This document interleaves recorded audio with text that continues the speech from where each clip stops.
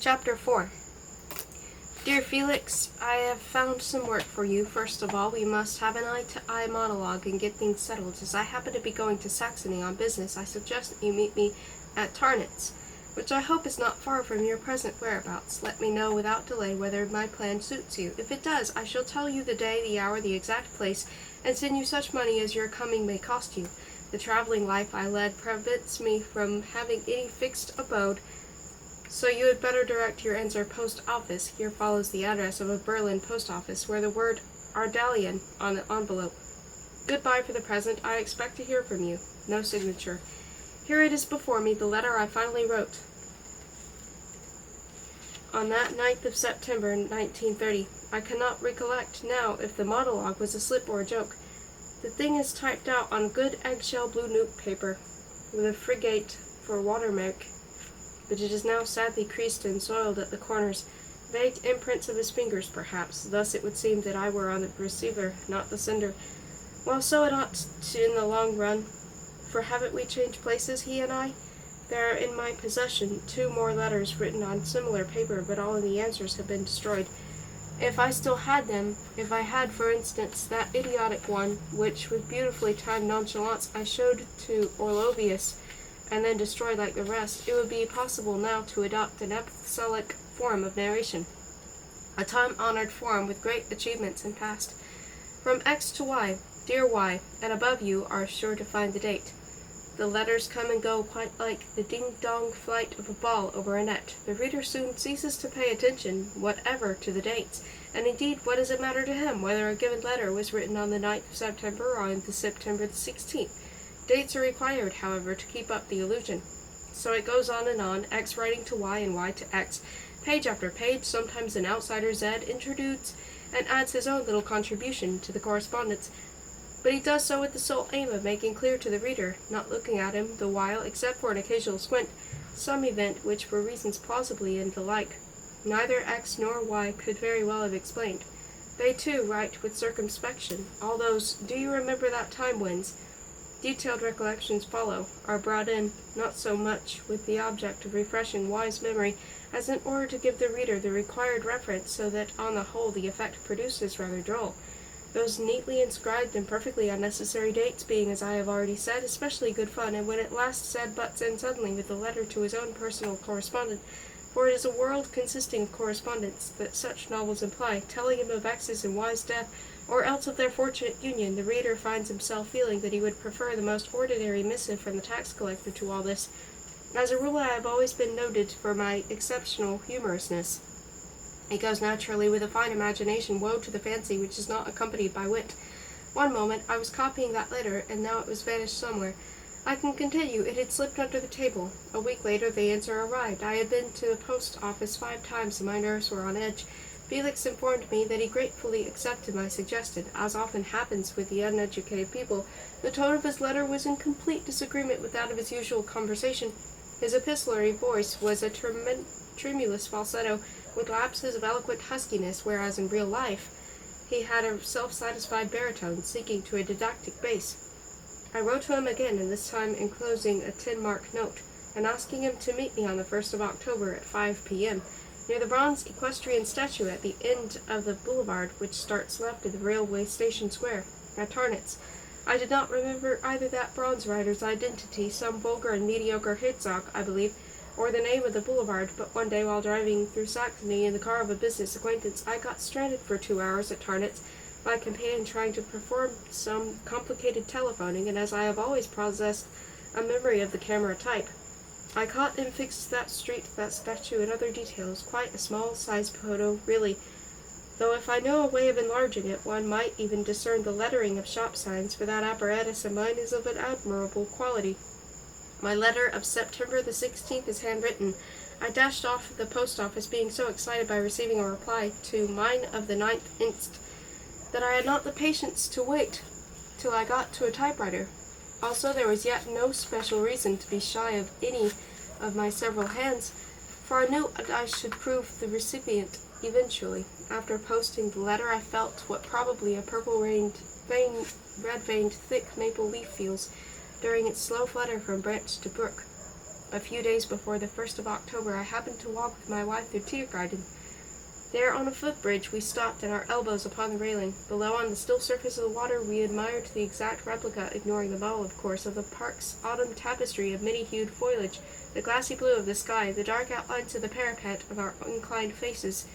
When a slow leaf fell, there would flutter up and meet it, out of the water's shadowy depths, its unavoidable double. Their meeting was soundless. The leaf came twirling down and twirling up. There would rise towards it eagerly its exact, beautiful, legal reflection.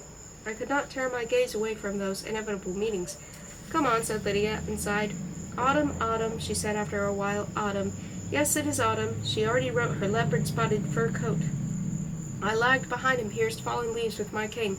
"How lovely it ought to be in Russia now," she said. Similar utterances came from her in early spring and on fine winter days. Summer weather alone had no action at all upon her imagination. There is no bliss on earth, there's no peace and freedom, though an enviable lot. Long have I yearned to know. Long have I, weary slave, come on, weary slave, we are dining a little earlier, have been contemplating flight. You'd probably find it dull, Lydia, without Berlin.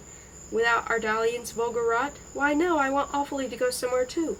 Sunshine, sea waves, a nice, cozy life. Can't understand why you should criticize him so. 'Tis time, my dear, 'tis time. The heart demands repose. Oh, no, I'm not criticizing him. By the way, what could we do with that monstrous portrait? It is an absolute eyesore. Day after day flits by. Look, Herman, people on horseback. I'm sure she thinks she's a beauty, that female. Oh, come on, walk. You are dragging along like a sulky child. Really, you know, I am very fond of him. I have long wanted to give him a lot of money for a trip to Italy. An enviable lot. Long have I nowadays. Italy would not help a bad painter. It may have been like that once long ago. Long have I, weary slave. You seem quite asleep, Herman. Do let us buck up, please. Now I want to be quite frank. I did not experience any special craving for a rest, but latterly had become the standing topic between me and my wife. Barely did we find ourselves alone than with the obstinacy I turned the conversation towards the abode of pure delight, as that Pushkin poem has it. Meanwhile, I counted the days with impatience. I had put off the appointment until the 1st of October because I wanted to give myself a chance of changing my mind, and I cannot help thinking today that if I had changed my mind and not gone to Tarnitz, Felix would still be loitering around the Bronze Duke, or resting on a neighboring bench, drawing with his stick from left to right, from right to left, the earthen rainbows drawn by every man with a stick and time to spare. Our eternal subjection to the circle in which we are all imprisoned. Yes, thus he would still be sitting, to this day, and I would keep remembering him, with wild anguish and passion, a huge aching tooth, and nothing which to pull it out, a woman whom one cannot possess, a place which, owing to the peculiar topography of nightmares, keeps agonizingly out of reach. On the eve of my departure, Ardalian and Lydia were playing patience, whereas I paced the room and surveyed myself in all the mirrors. At that time I was still on admirable terms with mirrors. During the last fortnight I had let my mustache grow. This altered my countenance for the worse. Above my bloodless mouth there bristled a brownish-red blotch with an obsolete little notch in the middle. I had the sensation that it was glued on, and sometimes it seemed to me that a small prickly animal was settled on my upper lip. At night, half asleep, I would suddenly pluck at my face, and my fingers did not recognize it. So, as I was saying, I paced about and smoked, and out of every speckly psyche in the flat there glanced at me, with eyes both apprehensive and grave, a hastily made-up individual. Ardalian, in a blue shirt with a Sado-Scotch tie, clapped down card after card like a tavern gambler. Lydia sat sideways to the table, legs crossed, skirt up above the stocking line, and exhaled the smoke of her cigarette upward, with her underlip thrust out and her eyes fixing the cards on the table. It was a black and a boisterous night. Every 5 seconds there would come, skimming across the roofs, a pale beam of the radio tower, a luminous twitch, the mild lunacy of a revolving searchlight. Through the narrow window ajar in the bathroom, there arrived from some window across the yard the creamy voice of a broadcaster. In the dining room the lamp illuminated my hideous portrait. Blue-shirted Italian clapped down the cards. Lydia sat with her elbow on the table. Smoke rose from the ashtray. I stepped out onto the balcony. "Shut the door, there's a draught," said Lydia's voice from the dining room. A sharp wind made the stars blink and flicker. I returned indoors. "Whither is our pretty one going?" asked Ardalian, without addressing either of us. "To Dresden," replied Lydia. They were now playing Duraczki, dupes. My kindest regards to the Sistine, said Ardalian. No, I can't cover that, I'm afraid. Let's see, this way. He'd do better if he went to bed. He's dead tired, said Lydia. Look here, you've no right to feel this pack. It's dishonest. I didn't mean to, said Ardalian. Don't be cross, pussy. And is he going for long? This one too, Artie dear, this one too. Please, you haven't covered it either. So they went on for a good while, talking now of their cards and now about me, as though I were not in the room, or as though I were a shadow, a ghost, a dumb creature, and that joking habit of theirs, which before used to leave me indifferent, now seemed to me loaded with meaning, as if indeed it were merely my reflection that was present, my real body being far away. Next day in the afternoon I got out at Tarnitz. I had a suitcase with me, and it hampered my movements, for I belong to that class of men who hate carrying anything. What I like is to display expensive fawn gloves, spreading my fingers and swinging my arms freely as I saunter along and turn out the glistening toes of my handsomely shod feet, which are small for my size and very smart in their mouse grace pants. Spats are similar to gloves in that they lend a man's mellow elegancy, akin to the special cachet of high-class traveling articles. I love those shops where suitcases are sold, smelling good, creaking, the virginity of pig leather under the protective cloth. But I am digressing. Maybe I want to digress. Never mind, let us go on. Where was I? Yes, I resolved to leave my bag at the hotel. What hotel? I crossed the square, looking about me, not only for a hotel, but also attempting to recall the place as I had passed there once, and I'd remember the boulevard yonder, and the post office. I had no time, however, to exercise my memory. All of a sudden, my vision was crowded with the signboard of a hotel, its entrance, a pair of laurel bushes and green tubs on either side. But that hint of luxury proved to be a deception, for as soon as you went in, you were knocked silly by the reek from the kitchen. Two hirsute nincompoops were drinking beer at the bar, and an old waiter, squatting on his haunches and wagging the end of a napkin under his armpit, was rolling on the floor a fat, white-bellied pup, which was wagging its tail too. I asked for a room, adding that my brother might spend the night with me, and was given a fair-sized one with a couple of beds and a decanter of dead water on a round table, as at the chemist's. The waiter gone, I stood more or less alone, my ears ringing and feeling of strange surprise pervading me. My double was probably already in the same town as I, was already waiting, maybe, in that town. Consequently, I was represented by two persons. Were it not for my mustache and clothes, the hotel staff might, maybe. I went on, skipping from thought to thought. His features had altered, and now were no longer like mine. And I had come in vain. Please God, I said with force, and failed to understand myself why I said so, for did not the sense of my whole life consist now in my possessing a live reflection? So why then had I mentioned the name of a non-existent God? Why did there flash through my mind the foolish hope that my reflection had been distorted? I went to the window and looked out. There was a dreary courtyard down there, and round-backed Tartar in an embroidered skull-cap was showing through a small blue carpet to a buxom, barefooted woman. Now I knew that woman, and I recognized that Tartar, too, in the patch of weeds in one corner of the yard, and that vortex of dust in the Caspian wind's soft pressure, and the pale sky, sick of looking on fisheries. At that moment there was a knock. A maid entered with the additional pillow and the cleaner chamber pot I had demanded, and then I turned to the window again. It was no longer a Tartar woman whom I saw there, but some local peddler selling braces, and the woman was gone. But while I looked, there started afresh that process of fusion, of building, that making up of a definite remembrance. There reappeared, growing, clustering those weeds in a corner of the yard, and again red-haired Christiana Forsman, whom I had known carnally in 1915, fingered the Tartar's carpet, and sand flew, and I could not discover what the kernel was, around which all of those things were formed, and where exactly the germ, the fount. Suddenly I glanced at the decanter of dead water, and it said warm, as in that game when you hide objects, and were very possibly I should have finally found the trifle, which unconsciously noticed by me, had it once set going the engine of memory, or again I should not have found it, the simple non-literary expansion being that everything in that provincial German hotel chamber, even the view, vaguely and uglily resembled something seen in Russia ages ago, had I not thought of my appointment, and that made me draw on my gloves and hurry out. I turned down the boulevard, past the post office. A brutal wind was blowing, and chasing leaves scurry cripples athwart the street. In spite of my impatience, I was observant as usual, noting the faces and trousers of passers-by, the tram-cars which seemed like toys compared to the Berlin ones, the shops, giant's top hat, painted on a speeding wall, signboards, the name of a fishmonger, Karl Spies, reminding me of one Karl Spies who I used to know in that Volga village of my past, and who likewise sold spitchcocks. At last, reaching the end of the street, I saw the bronze horse rearing and using its tail for a prop like a woodpecker, and if Duke riding it had stretched out his arm with more energy, the whole monument in the murky evening light might have passed for that of Peter the Great in the town he founded. On one of the benches an old man was eating grapes out of a paper bag. On another bench sat two elderly dames. An invalid old woman of enormous size reclined in a bath chair and listened to their talk, her round eyes going. Twice or thrice I did go round the statue, observing as I went the snake writhing under that hind hoof, that legend in Latin, that jackboot with the black star of a spur. Sorry, there really was no snake. It was just a fancy of my borrowing from the Tsar Peter, whose statue, anyway, wears buskins. Then I sat down on an empty bench, there were half a dozen in the hall, and looked at my watch. 3 minutes past 5, sparrows hopped about the turf. On a ridiculously curved flower bed there grew the filthiest flowers in the world, Michaelmas daisies. 10 minutes elapsed. No, my agitation refused to keep seated. Moreover, I was out of cigarettes, and craved fanatically for a smoke. I turned into a side street, passing as I did so a black Protestant church which affected an air of antiquity, and espied a tobacconist.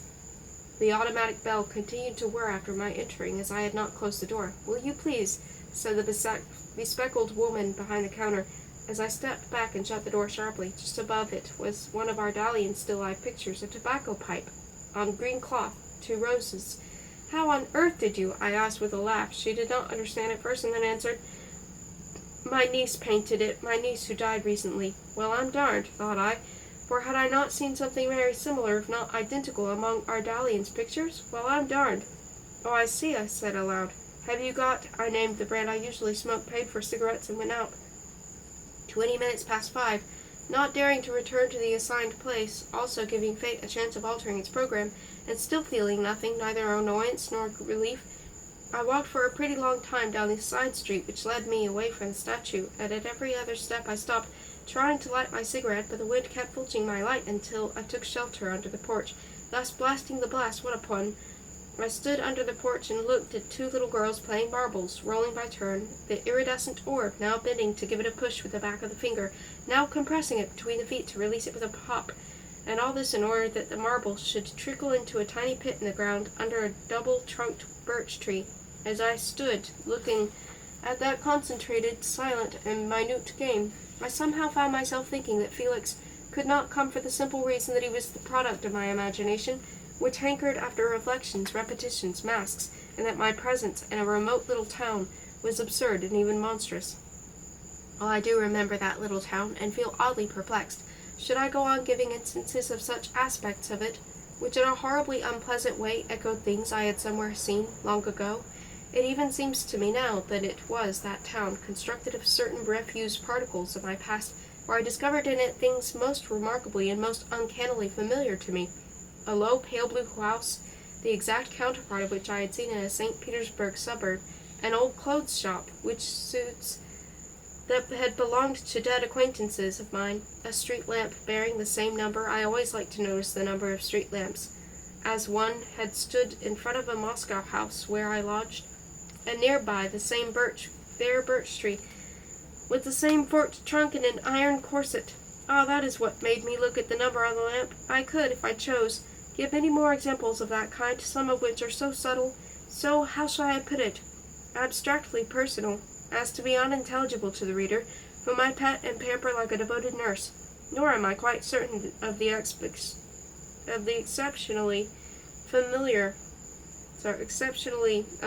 aforesaid phenomena. Every man with a keen eye is familiar with those anonymously retold passages from his past life, false, innocent combinations of details which smack revoltingly of plagiarism. Let us leave them to the conscience of fate and return, with a sinking heart and dull reluctance, to the monument at the end of the street. The old man had finished his grapes and was gone. The woman, dying from dropsy, had been wheeled away. There was nobody about save one man, who sat on that very same bench where I had been sitting a while ago. Leaning forward a little, and with knees set apart, he was dealing out crumbs to the sparrows. His stick, which was carelessly set against the seat near his left hip, came slowly into motion the moment I noticed its presence. It started sliding and plopped down on the gravel. The sparrows flew up, described a curve, and settled on the surrounding shrubs. I became aware that the man had turned towards me. You are right, my intelligent reader. Chapter 5. keeping my eyes fixed on the ground.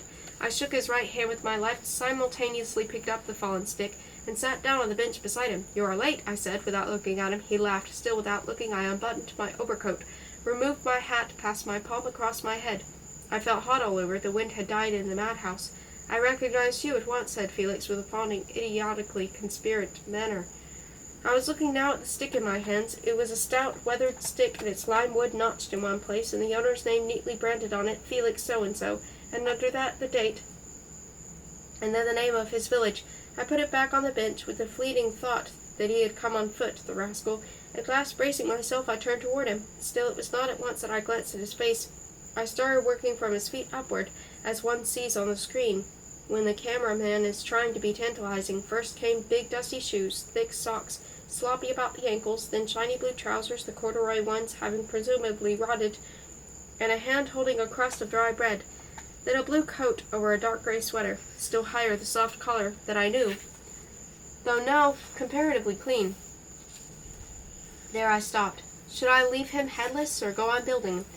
Taking a cover behind my hand, I glanced between my fingers at his face. For a moment I had the impression that it had all been a delusion, a hallucination, that never could he have been my double, that Gump with his raised eyebrows, expectantly leering, not quite knowing yet what countenance to assume, therefore raising those eyebrows, so as to be on the safe side. For a moment, I say, he appeared to me as like me, as any man, but then, their fright over, the sparrows returned, one of them hopping quite close, and that diverted his attention. His features fell back to their proper position, and I saw once again the marvel that had arrested me 5 months before. He flung a handful of crumbs to the sparrows. The nearest made a flurried peck. The crumb sprang up and was nabbed by another, which immediately flew away. Felix again turned to me with his former expectant and cringing servility. "That one got nothing," said I, pointing to a little chap standing apart and clicking his beak helplessly. "He's young," observed Felix. "Look, he has hardly had a tail yet. I like birdies," he added with a mawkish grin. "Been in the war?" I queried, and several times running I cleared my throat, for the voice was hoarse. "Yes," he answered, 2 years. "Why?" "Oh, nothing. Darned afraid of getting killed, eh?" He winked and spoke of the evasive obscurity. "Every mouse has a house, but it's not very mouse that comes out." And germ in the end rhymed too. I had already noticed his fondness for insipid sayings, and it was quite useless racking one's brains, trying to see the idea he really desired to express.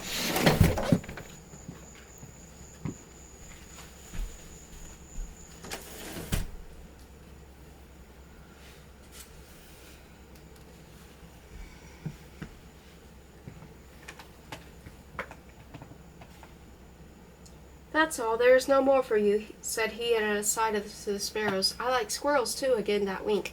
"It's good when the wood is full of squirrels. I like 'em because they are against the landowners and moles." "What about sparrows?" I asked with a great gentleness. "Are they against, as you put it?" "A sparrow is a beggar among birds. A real street beggar." "A beggar," he repeated again and again, now leaning with both hands on his stick and swaying a little. It was obvious he considered himself to be an extraordinarily astute arguer. No, he was not merely a fool. He was a fool of the melancholic type. Even his smile was glum, made one sick to look at it, and nevertheless I looked greedily. It interested me hugely to observe how our remarkable likeness got broken by the working of his face. If he were to attain old age, I reflected, his grins and grimaces would end by eroding completely our resemblance, which is now so perfect when his face freezes. Herman, playfully, "Oh, you are a philosopher, I see." That seemed to offend him a little. "Philosophy is the invention of the rich," he objected with deep conviction. "And all the rest of it has been invented too. Religion, poetry. Oh, maiden, how I suffer. Oh, my poor heart. I don't believe in love. Now, friendship, that's another matter. Friendship and music. I'll tell you something," he went on, laying his stick aside and addressing me with some heat. "I'd like to have a friend who'd always be ready to share his slice of bread with me, and who'd bequeath to me a piece of land, a cottage. Yes, I'd like to have a real friend. I'd work for him as a gardener, and then afterwards his garden would become mine, and I'd always remember my dead comrade with grateful tears. We'd fiddle together, or say he'd play the flute, and I the mandolin. But women, now really, could you name a single one who did not deceive her husband? All very true indeed. It's a very pleasure to hear you talk. Do you ever go to school?" "Just for a short time. What one can learn at school? Nothing. If a fellow is clever, what good are the lessons to him? The chief thing is nature. Politics, for instance, don't attract me, and generally speaking, the world, you know, is dirt." "A perfectly logical conclusion," said I. Yes, your logic is faultless, quite surprisingly so. Now look here, Clever. Just hand me back that pencil of mine and be quick about it. That made him sit up and put him to the frame of mind I required. You forgot it on the grass, he mumbled in a bewildered manner. I didn't know if I'd see you again. Stole it and sold it, I cried, even stamped my foot. His reply was remarkable. First he shook his head, denying the theft, and immediately nodded, admitting the transaction. There was gathered in him, I believe, the whole bouquet of human stupidity. Confounded you, I said. Be more circumspect next time. Well, anyway, let's let bygones. Have a cigarette. He relaxed and beamed as he saw my wrath and started to display gratitude. Thank you, oh thank you. Now really, how marvelously alike we are. Might one suppose my father had sinned with your mother? And he laughed wheedlingly, very pleased with his joke. To business, said I, affecting a sudden bluff gravity. I have invited you here not merely for the ethereal delights of small talk. I spoke in my letter of the help I was going to give you, of the work I had found for you, first of all. However, let me put you one question. Your answer must be candid and exact. Tell me, what do you think I am? Felix examined me, then turned away and shrugged his shoulders. It's not a riddle I'm settling you, I went on patiently. I perfectly realize that you cannot know my identity. Let us in any case waive aside the possibility you so wittily mentioned. Our blood, Felix, is not the same. No, my good chap, not the same. I was born 1,000 miles from your cradle, and the honor of my parents as yours, I hope, is unstained. You are our only son. So am I. Consequently, neither to me nor to you can there come that mysterious creature, a long-lost brother, once stolen by the gypsies. No ties unite us. I have no obligations towards you. Mark that well. No obligations whatever. If I intend helping you, I do so of my own free will. Bear that in mind, please. Now let me ask you again, what do you propose I am? What is the opinion you have formed of me? For you must have formed some kind of opinion, mustn't you? Maybe you're an actor, said Felix dubiously. If I understand you all right, friend, you mean that our first meeting you thought, he is probably one of those theatrical blokes, the dashing kind, with funny fancies and fine clothes, maybe a celebrity. Am I correct? Felix fixed the toe of his shoe, which he was smoothing the gravel, and his face assumed a rather strained expression. I didn't think anything, he said peevishly. I simply saw, well, that you were sort of curious about me and so on. And do you actors get well paid? A tiny note. The idea he gave me appeared to be subtle. The singular bend which it took brought it into contact with the main part of my plan. You've never guessed, I exclaimed. You've guessed. Yes, I'm an actor, a film actor, to be accurate. Yes, that's right. You put it nicely, splendidly. What else can you say about me? Here I noticed that somehow his spirits had fallen. My profession seemed to have disappointed him. There he sat frowning moodily with the half-smoked cigarette held between finger and thumb. Suddenly he lifted his head, blinked.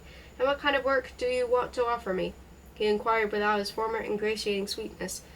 Not so fast, not so fast. All at its proper time. I was asking you what else you think of me. Come answer me, please. Oh, well, I know you like traveling, that's about all. In the meantime, night was approaching. The sparrows had long disappeared. The monument loomed darker and seemed to have grown in size. From behind a black tree there came out noiselessly a gloomy and fleshful moon. A cloud slipped a mask over it in passing, which left visible only its chubby chin. Well, Felix, it's getting dark and dismal out here. I bet you are hungry. Come on, let's find us something to eat and go on with our walk over a pint of ale. Does that suit you? It does, said Felix, with a slightly livelier voice, and then added sententiously, a hungry belly has no ears. I translate his adages anyhow. In German they all jingled with rhymes. We got up and advanced towards the yellow lights of the boulevard. As night fell, I was hardly aware of our resemblance. Felix slouched beside me, seemingly deep in thought, and his mode of walking was as dull as himself. I queried, have you ever been to Tarnitz before? No, he answered. I don't care for towns. Me and my likes find towns tiresome. The sign of a pothouse. Standing in the window, a barrel guarded by two bearded brownies of terracotta, as good as any other. We entered and chose a table in a far corner. As I withdrew the glove of my hand, I surveyed the place with searching eye. There were only 3 people, and these paid no attention to us whatever. The waiter came up, a pale little man with a pince-nez. It was not the first time I had seen a pince-nezed waiter, but I could not recall where and when I had seen one before. While awaiting our order, he looked at me, then at Felix. Naturally, owing to my mustache, our likeness did not leap to the eyes, and indeed I had let my mustache grow with the special purpose of not attracting undue attention when appearing together with Felix. There is, I believe, somewhere in Pascal a wise thought. that two persons resembling each other do not present any interest when met singly, but create quite a stir when both appear at once. I have never read Pascal, nor do I remember where I pinched that quotation. Oh, I must have thrived on such monkey tricks in my youth. Unfortunately, I was not alone in making a show of this or that pickpocket maxim. In St. Petersburg once, at a party, I remarked, "There are feelings," says Turgenev, "and may be expressed only by music." A few minutes later there arrived one more guest, who, in the middle of the conversation, delivered the very same phrase, lifted from the program of a concert at which I had noticed him heading for the green room. He, and not I, made of himself, to be sure. Still it produced an uncomfortable feeling in me, though I derived some relief from asking him slyly how he had liked the great Vyabanova. So I decided to cut out the highbrow business. All this was a digression, and not an evasion. Most emphatically not an evasion. For I fear nothing, and will tell all. It should be admitted that I exercise an exquisite control not only over myself, but over my style of writing. How many novels I wrote when young, just like that, casually, without the least intention of publishing them. Here is another utterance. A published manuscript, says Swift, is comparable to a whore. I happened one day in Russia to give Lydia a manuscript of mine to read, telling her that it was the work of a friend. She found it boring and did not finish it. To this day my handwriting is practically unfamiliar to her. I have exactly 25 kinds of handwriting. The best, i.e. those I use the most readily, being as follows: a round diminutive one, with a pleasant plumpness about its curves, so that every word looks like a newly baked fancy cake, then a fast cursive, sharp and nasty, the scribble of a hunchback in a hurry, with no dearth of abbreviations, then a suicide's hand, every letter a noose, every comma a trigger, and the one I prize most, big, legible, firm, and absolutely impersonal. This must write the abstract hand in its superhuman cuff, which one finds figured on signposts and textbooks of physics. It was in such a hand that I began writing the book now offered to the reader. Soon, however, my pen ran amok. This book is written on all the 25 hands mixed together, so that the typesetter, or some typist unknown to me, or again the definite person I have elected, that Russian author to whom my manuscript will be forwarded when the time comes, might think that several people participated in the writing of my book, and it is also extremely probable that some rat-faced, sly little expert will discover it as catastrophic orgy, a sure sign of psychic abnormality. So much the better. There, I have mentioned you, my first reader, you, the well-known author of psychological novels. I have read them and found them very artificial, though not badly constructed. What will you feel, reader-writer, when you tackle my tale? Delight, envy, or even who knows? You may use my termless removal to give out my stuff for your own. For the fruit of your own crafty, yes, I grant you that, crafty and experienced imagination, leaving me out in the cold, it would not be hard for me to take and advance proper measures against such impudence. Whether I shall take them, that is another question. What if I find it rather flattering that you should steal my property? Theft is the best compliment one can possibly pay a thing. And do you know the most amusing part? I assume that, having made up your mind to effect that pleasant robbery, you will suppress the compromising lines. The very lines I am writing now, and moreover fashion certain bits into your liking, which is a less present thought, just as a motor car thief repaints the car he has stolen. And in this respect I shall allow myself to relate a little story, which is certainly the funniest little story I know. Some 10 days ago, that is, about the 10th of March, 1931, half a year has suddenly gone. A fall in a dream, a run in time-stalking, a person or persons passing along the highway or through the wood, that I think will be settled in due course, espied on its edge, and unlawfully took possession of a small blue car of such and such a make and power. I leave out the technical details, and as a matter of fact, that is all. I do not claim that this story has universal appeal. Its point is none too obvious. It made me scream with laughter only because I was in the know. I may add that nobody told it to me, nor have I read it anywhere. What I did was really to deduce it by means of some close reasoning from the bare fact of the car's disappearance, the fact quite wrongly interpreted by the papers. Back again. Time. Can you drive? Was I remember the question I suddenly put to Felix when the waiter, failing to notice anything particular about us, placed before me a lemonade, and before Felix a tankard of beer, into the profuse froth of which my blurred double eagerly dipped his upper lip. What? He uttered with a beatific grunt. I was asking if you could drive a car. Can't I just? I once chummed up with a chauffeur who worked at a castle near my village. One fine day we ran over a sow. Lord, how she squealed. The waiter brought us some sort of gravy-logged hash, a great deal of it, and mashed potatoes, also drowned in sauce. Where the deuce had I already seen a pince nez on a waiter's nose? Ah, it comes back to me only now while writing this, at a rotten little Russian restaurant in Berlin. And that other waiter was very like this one, the same sort of sullen, straw-haired little man, but of gentler birth. So that's that, Felix. We have eaten and drunk. Now let us talk.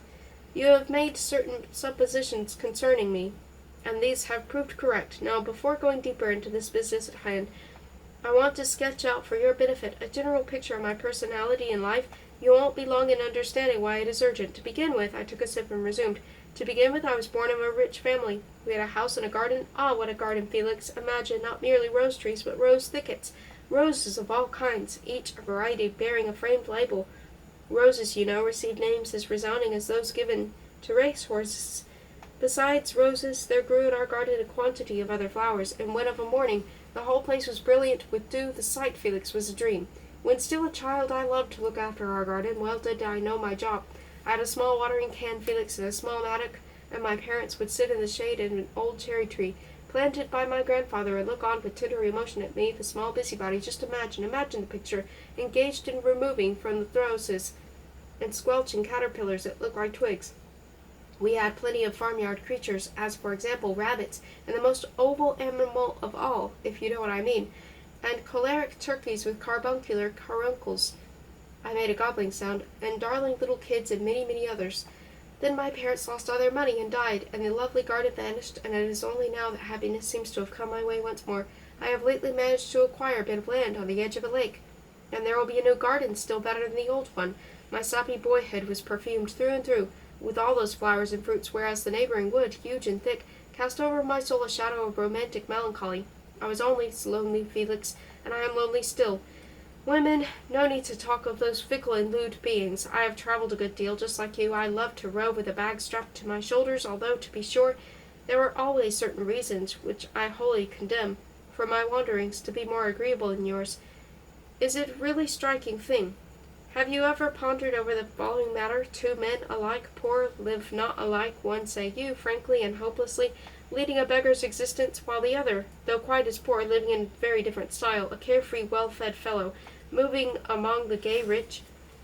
Why is it so? Because, Felix, those two belong to two different classes, and speaking of classes, let us imagine a man who travels fourth class, without a ticket, and another who travels first, without one either. X sits on a hard bench. Mr. Y lolls on a cushioned seat, but both have empty purses, or to be precise, Mr. Y has got a purse to show, though empty, whereas X has not even that, and can show nothing but holes in the lining of his pocket. By speaking thus, I am trying to make you grasp the difference between us. I am an actor, living generally on air, but I have always had elastic hopes for the future. They may be stretched indefinitely, such hopes, without bursting. You are denied even that, and you would have always remained a pauper, had not a miracle occurred. That miracle is my meeting you. There is not a thing, Felix, that one could not exploit. Nay, more, there is not a thing that one could not exploit for a very long time, and very successfully. Maybe in the more fiery of your dreams you saw a number of two figures, the limit of your aspirations. Now, however, the dream does not only come true, but only once runs into three figures. None too easy for your fancy to comprehend, is it? But don't you feel you are nearing a hardly thinkable infinity when you reckoned above 10? And now we are turning the corner of that infinity. A century beams at you, and over its shoulder another, and who knows, Felix, maybe a fourth figure is ripening. Yes, it makes the head swim and the heart beat, and the nerves tingle, but it is true nevertheless. See here. You have grown so used to your miserable fate that I doubt whether you catch my meaning. What I say seems dark to you and strange, and where comes next may seem darker and stranger. I spoke a long while in that vein. He kept glancing at me with distrust. Quite likely he had gradually acquired the notion that I was making fun of him. Fellows of this kind remain good-natured up to a certain point only. As it dawns upon them that they are about to be put upon, all their goodness comes off. There appears in their eyes a vitreous glint. They work themselves heavily into a state of solid passion. I spoke obscurely, but my object was not to infuriate him. On the contrary, I wished to curry favor with him, to perplex, but at the same time to attract, and a word to convey to him vaguely, but cogently, the image of a man, of his nature and inclinations. My fancy, however, ran riot, that rather disgustingly, with the wavy playfulness of an elderly but still smirking lady who has dropped too much.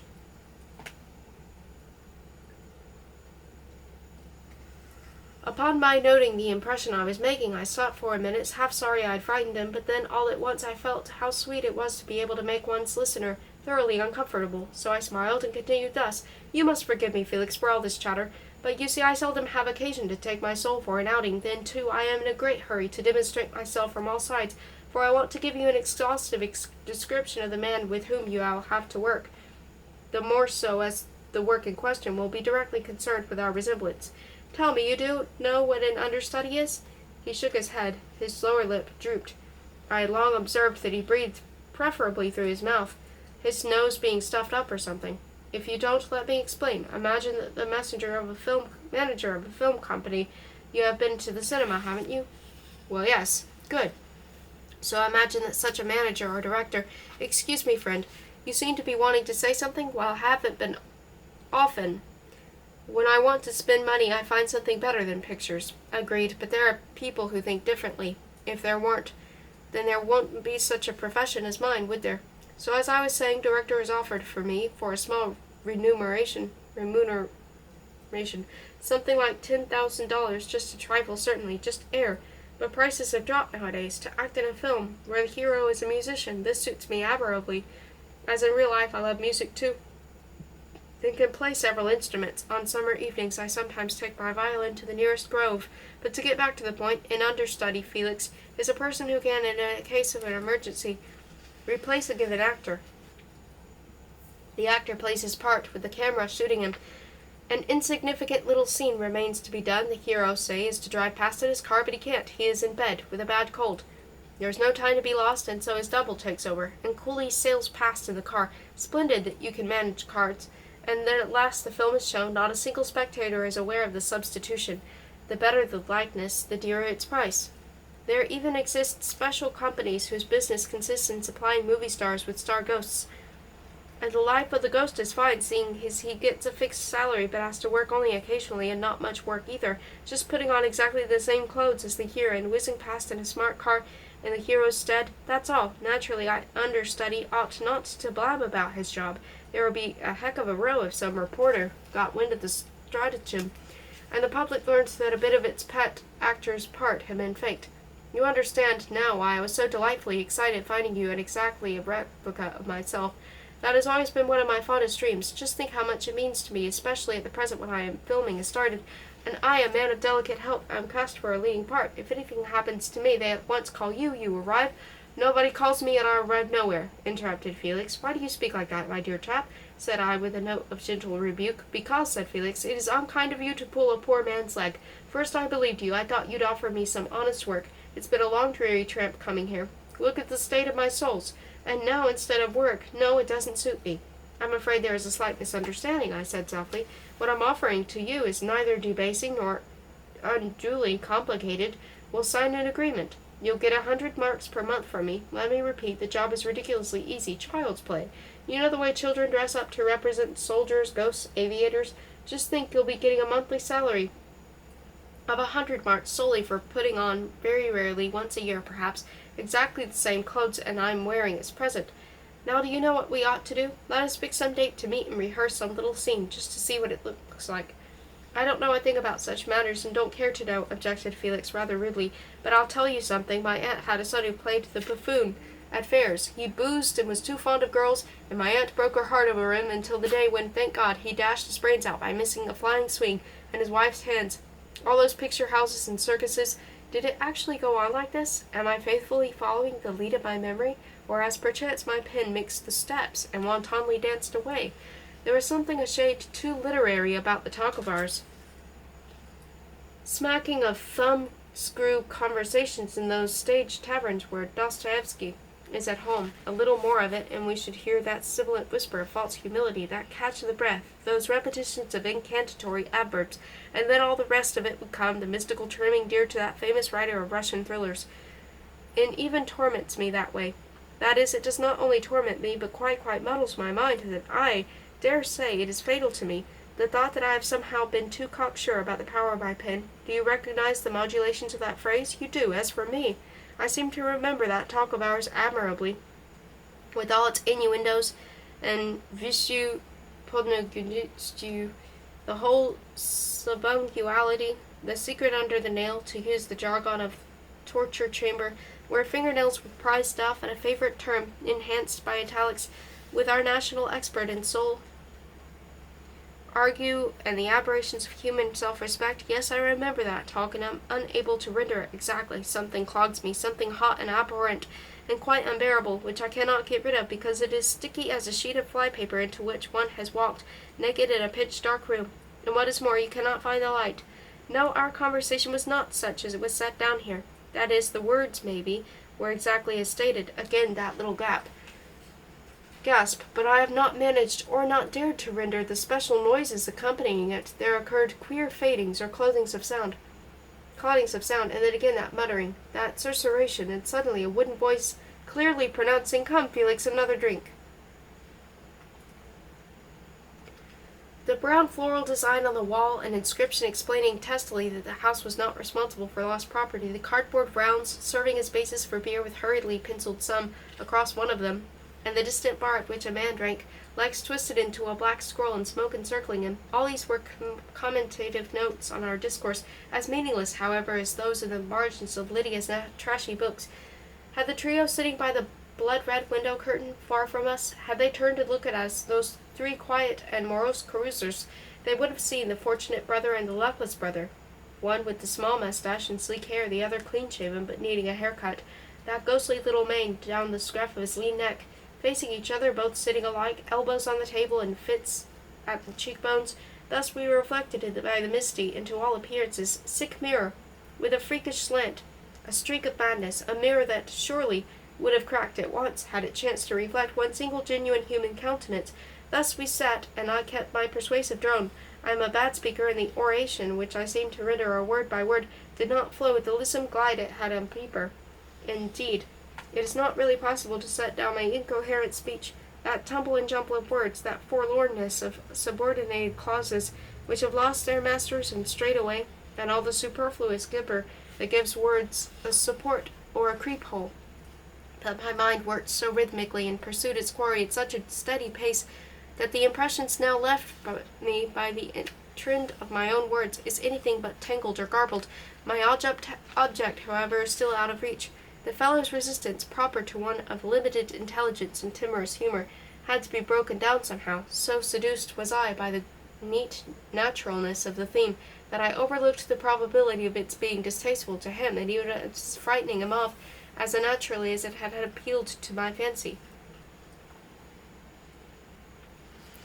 I do not mean by that I have ever had the least connection with the screen or the stage. In point of fact, the only time I performed was a score of years ago in a little amateur affair at a squire's country seat which my father managed, and I had to speak only a few words. The prince bade me announce that he would be here presently. Ah, here he comes! Instead of which, full of exquisite delight and all a-quiver with glee, I spoke thus: "The prince cannot come. He has cut his throat with a razor." And as I spoke, the gentleman in the part of the prince was already coming, with a beaming smile on his gorgeously painted face, and there was a moment of general suspense.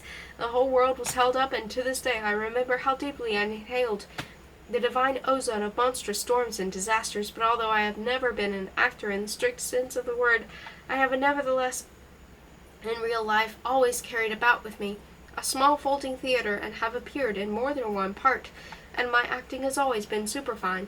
And if you think that my prompter's name was Gain, capital G, not C, then you are mightily mistaken.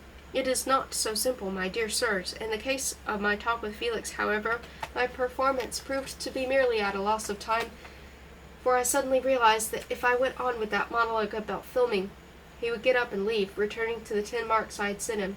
No, on second thought, I would believe he would not have returned them. No, never. The weighty German word for money, money in German being gold and French silver and Russian copper, was mouthed by him with extraordinary reverence, which curiously could turn into brutal lust.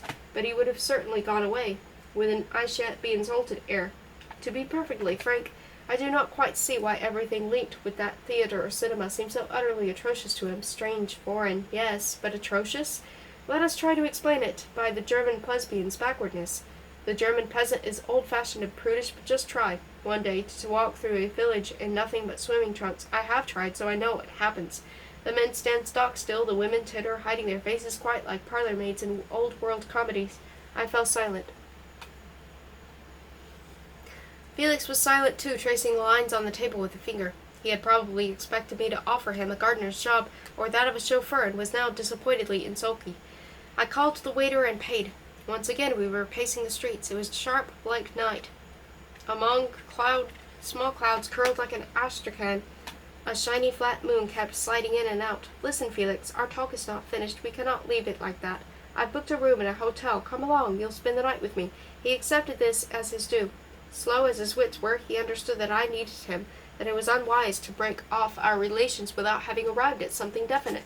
We again walked past the duplicate of the bronze rider. Not a soul did we meet on the boulevard. Not a gleam was there in the houses. Had I noticed a single lighted window, I should have supposed that somebody had hanged himself there and left the lamp burning. So unwanted and unwarranted would a light have seemed. We reached the hotel in the silence. The collarless sleepwalker let us in. Upon entering the room, I again had that sensation of something very familiar, but other matters engaged my mind. Sit down. He did so with his fists on his knees, his mouth half opened. I removed my coat and, thrusting both hands into my trousers pockets and clinking small change in them, started walking to and fro. I wore a lilac tie flecked with black, which blew up every time I turned on my heel. For some while it continued like that, silence my pacing, the wind of my motion. All of a sudden Felix, as if shot dead, let his head fall and began unlacing his shoes. I glanced at his unprotected neck and the wistful expression of his first vertebra, and it made me feel queer to think that I was about to sleep with my double in one room, under one blanket almost, for the twin beds stood side by side quite close. Then, too, there came with a pang the dreadful idea that his flesh might be tainted by the scarlet blotches of a skin disease or by some crude tattooing. I demanded of his body a minimum of resemblance to mine. As to his face, there was no trouble about that. Yes, go on, take your things off, said I, walking and veering. He lifted his head, a nondescript shoe in his hand. It is a long while since I've slept in a bed, he said with a smile. Don't show your gums, fool. In a real bed. Take off everything, I said impatiently. You are surely dirty, dusty. I'll give you a shirt to sleep in, but first wash.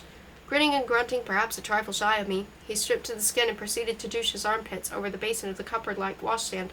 I shot glances at him, examining eagerly that stark-naked man. His back was about as muscular as mine, with pinker coccyx and uglier buttocks. When he turned, I could not help wincing at the sight of his big knobbed navel, but then mine is no beauty either. I doubt he had ever in his life washed his animal parts. They looked fairly plausible, as these things go, but did not invite close inspection.